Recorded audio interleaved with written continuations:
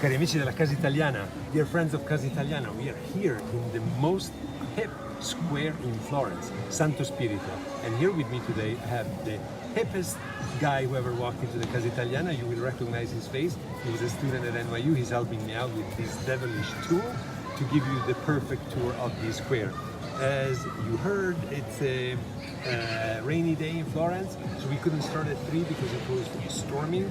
Right now the streets are dry, everything seems to be gone. Just to start, I want to mention that these neighborhoods, Santo Spirito neighborhood, in the Oltrarno part of Florence, is actually by Lonely Planet in 2017 was declared the coolest neighborhood in the entire world. Now, I don't know about that. We're gonna ask that to Alex because he knows the thing about being cool. But what we're doing now is a tour, and as you know the style of these tours, you couldn't come to Italy this past summer. And many of you are asking me, you're there, show us something that we love, or that we don't know, or that we know already, and we want to love and see even more. So these tours do not have any pretense to give you a full, comprehensive, artistic or historical walk of the place in which we are, but to help you somehow feel the vibe of the city. In Florence we have already done Piazza della Signoria, the political center of the city, Piazza del Duomo, the religious center of the city. We are doing Santo Spirito today, and we will be doing next week Piazza della Santissima Annunziata. So a lot of Florence, because I'm here. We're taking advantage of the fact that I'm here anyway. And that I know a thing or two about Florence too. So we are in the Oltrarno. Florence is divided in two parts by the Arno River, the north side and the south side. We are on the south side, that will be the right bank. But even if it's on the right bank, this is the Rive Gauche of Florence. This is the left bank of Florence, even if it's on the right, technically. Because the Florentines distinguish between di qua d'Arno, meaning the side of the cathedral of the Palazzo della Signoria, and di là d'Arno, where we are now. That was considered sort of a more alternative, more proletarian part of the city. So this very square was built as we see it, and Alex, maybe you want to show around, in the 12th century. And it served mostly the purpose of creating a space for people to listen to the sermons of the Augustinian friars that lived right there in that church that we're going to take a look at in just one moment. So the square was very big because the people could not be accommodated inside the church. Going to listen to sermons was the hip thing to do at the time. There were attractions like going to a rock concert now. The friars were also providing a cultural center, a school, and this very place, Santo Spirito, has a strong connection with two of the fathers of Italian literature. Petrarch came here regularly to study and to talk with friars. This is where he was introduced to St. Augustine, that will be for the rest of his life a presence, a big presence. And one of the protagonists of one of his dialogues, he imagines a dialogue with St. Augustine, was conceived within these walls. And Boccaccio was so close to these friars that he donated his library, his own precious library that he put together one book at a time to the convent of Santo Spirito. And in its heyday, the convent had a library of about 500 manuscripts. It was a huge collection of books at that time. Now we can take a look at the outside of the church, of the facade. Okay. Now it's important that we see the church, of not course. that you see my face. And Alex, here we do this. It's, We want it is a devilish device. It is. Okay. Here you see the facade of the church. And you see it's a rather austere facade. Many people think it's unfinished. Well, the original project of the church was conceived by Filippo Brunelleschi, the archistar of the time, the Renzo Piano of his time, the Santiago Calatrava of the Renaissance. And he was asked to build this church, to create a project, and it was the last thing he did. It was his last project. We cannot go inside the church. There is a strict prohibition to get inside with cameras and phones, but that's good that you have something to look at the next time you come to Florence, and I hope it's going to be very soon. Brunelleschi, at the end of his career, is given this commission, and he creates a beautiful space, very classical space. There are dark gray columns inside with Corinthian capitals, and it creates really the image of a Roman basilica. His original project for the facade was very different. It was supposed to be 4 doors, but the people who came after him changed several things from his project. So you can still recognize Brunelleschi's style, but you also have new things that he added, that were added by the people, the following architects, including the fact that you have the traditional 3 doors partition, the main entrance door and the 2 lateral doors that you have basically in every church in Florence. The facade as we see it now was built only in the 18th century, and the chroniclers say by the muratore del convento, by the mason that was employed regularly in the convent. So it was not an architect that came up with this idea. But we were saying with Alex that we like this facade, Alex. Very much so. Yes. Why do you like it? It's austere compared to most facades you see around here. Because it's a very simple one. It's still aesthetically pleasing. So. What about these curves? I'm very intrigued by these curves that defeat like the normal ideas that we have. I find them very sensual, for example. Very sensual. Very sensual feminine. And Alex, tell us something. Why is this square considered like the coolest square in Florence? What happens here? We see it empty, and we see it with kids playing. They're probably, they just came out of school. Schools in Italy are open, but kids have to basically stay seated all the time they're in school. So when they come out, they want to run. But it's very different from the square that we know at nighttime. What happens here at nighttime? Right now, unfortunately, there aren't too many tourists. We hope that they'll be back soon.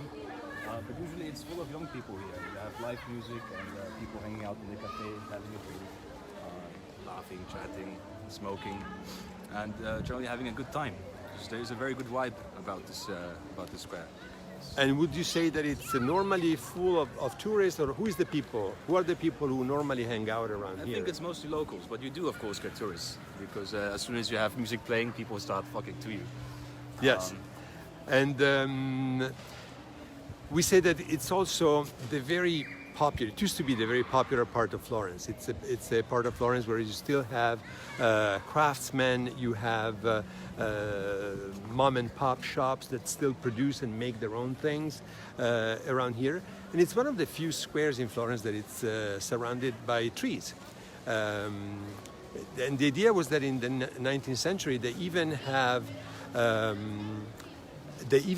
a garden here. It was taken out during Hitler's visit to Florence in 1938 and completely covered with the slabs of grey stone, the pietra serena that you have in Florence. But it's a very livable square. So there are, as I said, there are the cafes and the bars and the restaurants, and we're gonna take a look at this one when we come back, because there are some things that we want to show you. It's full of life. And there are markets here. So we told you that it was created originally for people to listen to the homilies of the Augustinian friars, but it's still a very eventful place. There are things that happen in here.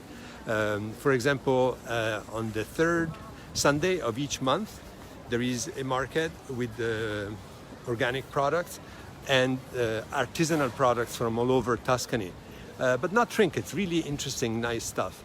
And every morning there is a mercatino rionale where you have farmers from around Florence that bring their products here. It's just basically 3-4 carts, nothing more. But if you live around here, you can be sure that you're gonna find genuine products fresh produce that come from not too far. And to further proof of these sort of agricultural role of this square, there is the statue to Cosimo Ridolfi that was the founder of the Accademia dei Georgofoli. So he was an agronomist. The Accademia dei Georgofoli basically was an academy that supported the study of agriculture and better practices in agriculture.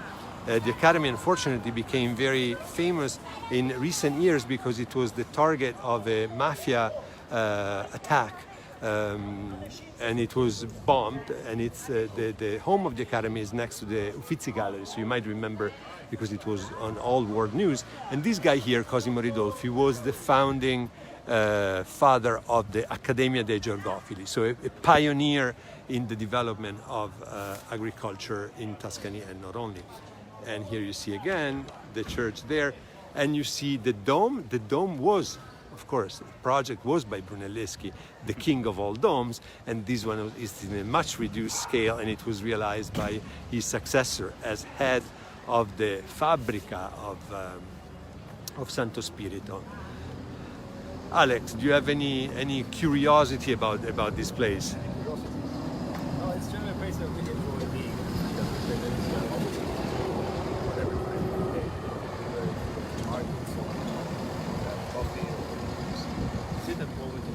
There aren't too many benches around Florence. No, it seems that it discourages people from sitting in places where it's free. Yes, so always be sitting around in this beautiful city.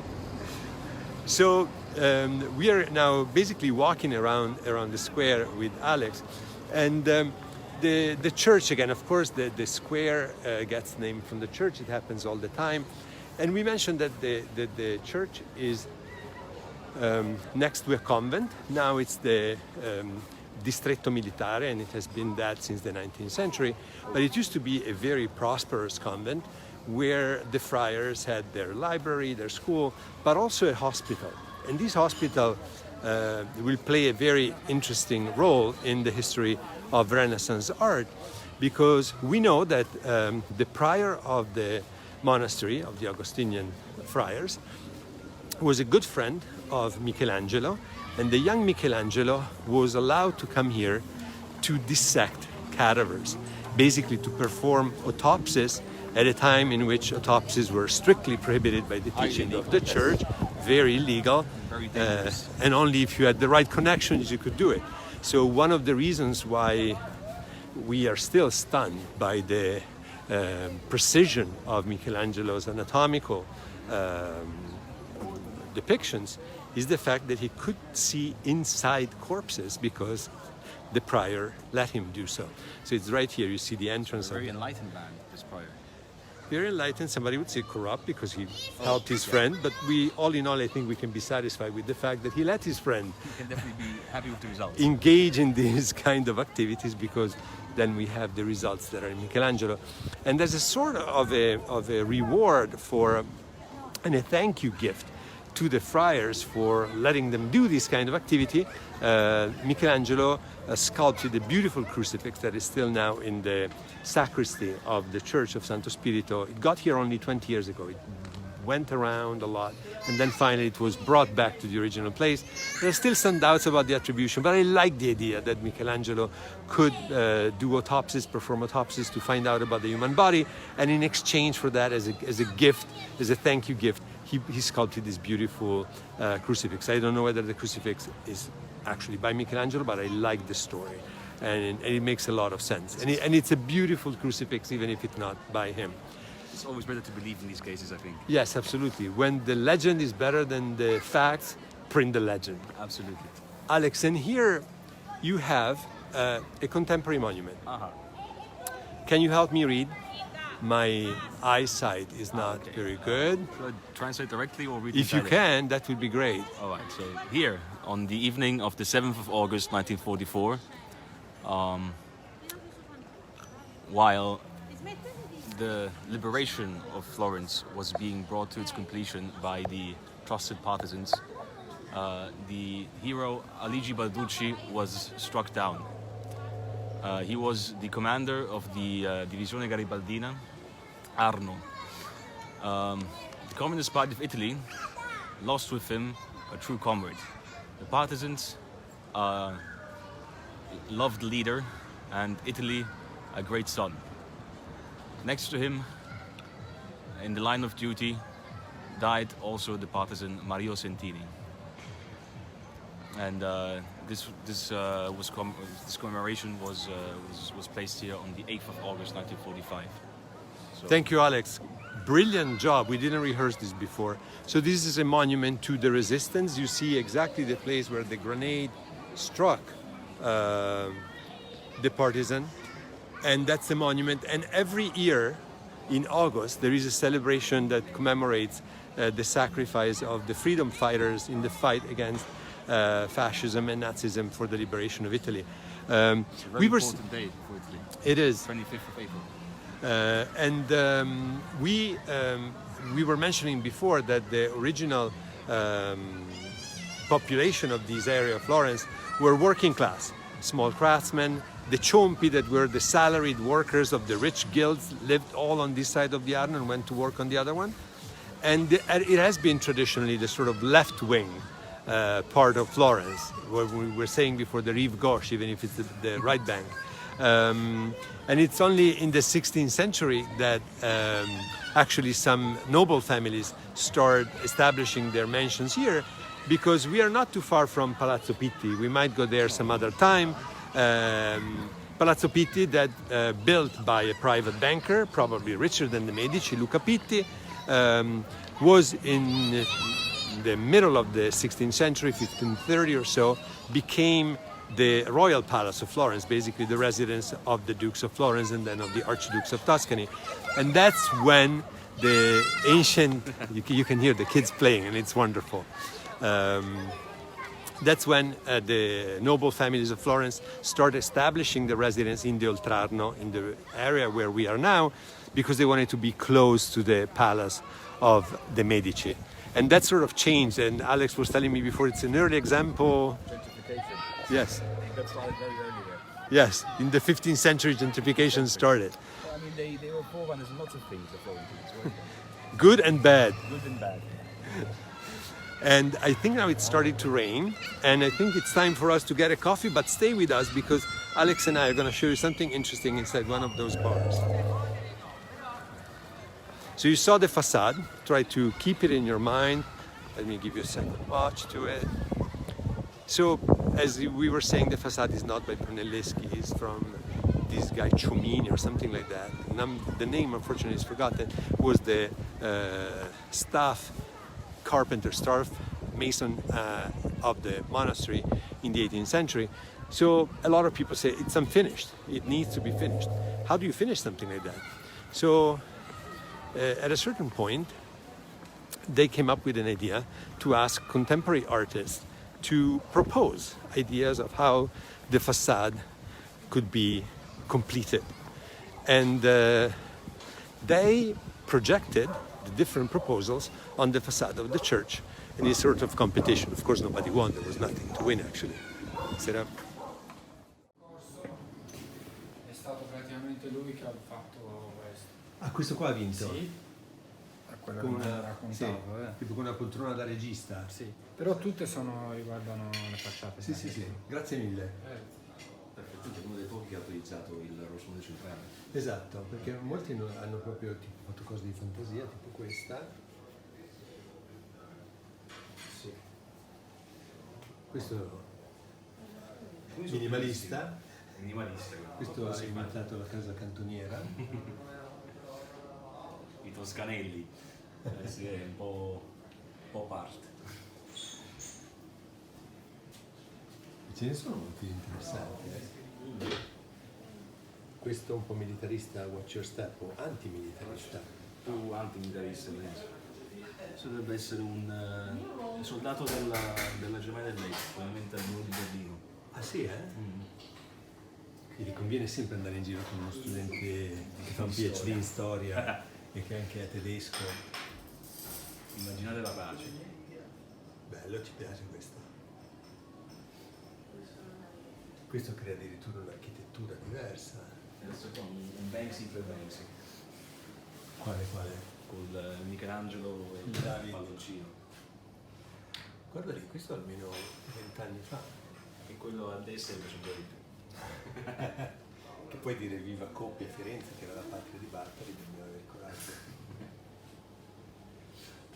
Ma invece la facciata noi sappiamo che era in effetti, quando venne fatta nel Settecento da questo muratore del convento, dipinta con delle colonne, per cui aveva una specie di trompe-l'œil che avveniva. Questa Notte, questa avrà un sacco di successo sui social media perché tutte le cose con i gatti trionfano. Questi spaghetti al pomodoro, what's not to like about them? Questa ancora non finita. Questa metalinguistica molto bella. Questo è il muratore, il famoso muratore. Il famoso muratore del convento. Questa sembra quasi una cosa messicana, no? Sì. Di arte Sì, colombiana. Questo secondo me è tipo Pinochet, una caricatura. Ha utilizzato molto bene le curve. Ha utilizzato le curve, fa diventare orecchie e il muso diventa un naso. Non è Pinochet, è un carabiniere. È vero. È un carabiniere. Vedi Alexander che non solo è tedesco ed è dottorando di storia, ma ha anche fatto il militare in Germania. Bisogna ricordarlo, riconoscere le uniformi e le mostrine. Sì. Alex, noi ci prendiamo il nostro congedo adesso dai nostri amici, li salutiamo, Ringraziamo. diamo a tutti l'appuntamento la settimana prossima, martedì. Sfortunatamente Alex non sarà con me perché riparte. Seguirò online. Ma io vi accompagnerò, grazie, arrivederci, buonasera. Io vi accompagnerò invece a fare un giro alla piazza della Santissima Annunziata, una piazza altrettanto bella e ricca di storia. Anche là ci troveremo con il nostro amico Pippo Brunelleschi che domina queste nostre camminate e ha ragione di vita. Grazie mille e a presto. Arrivederci.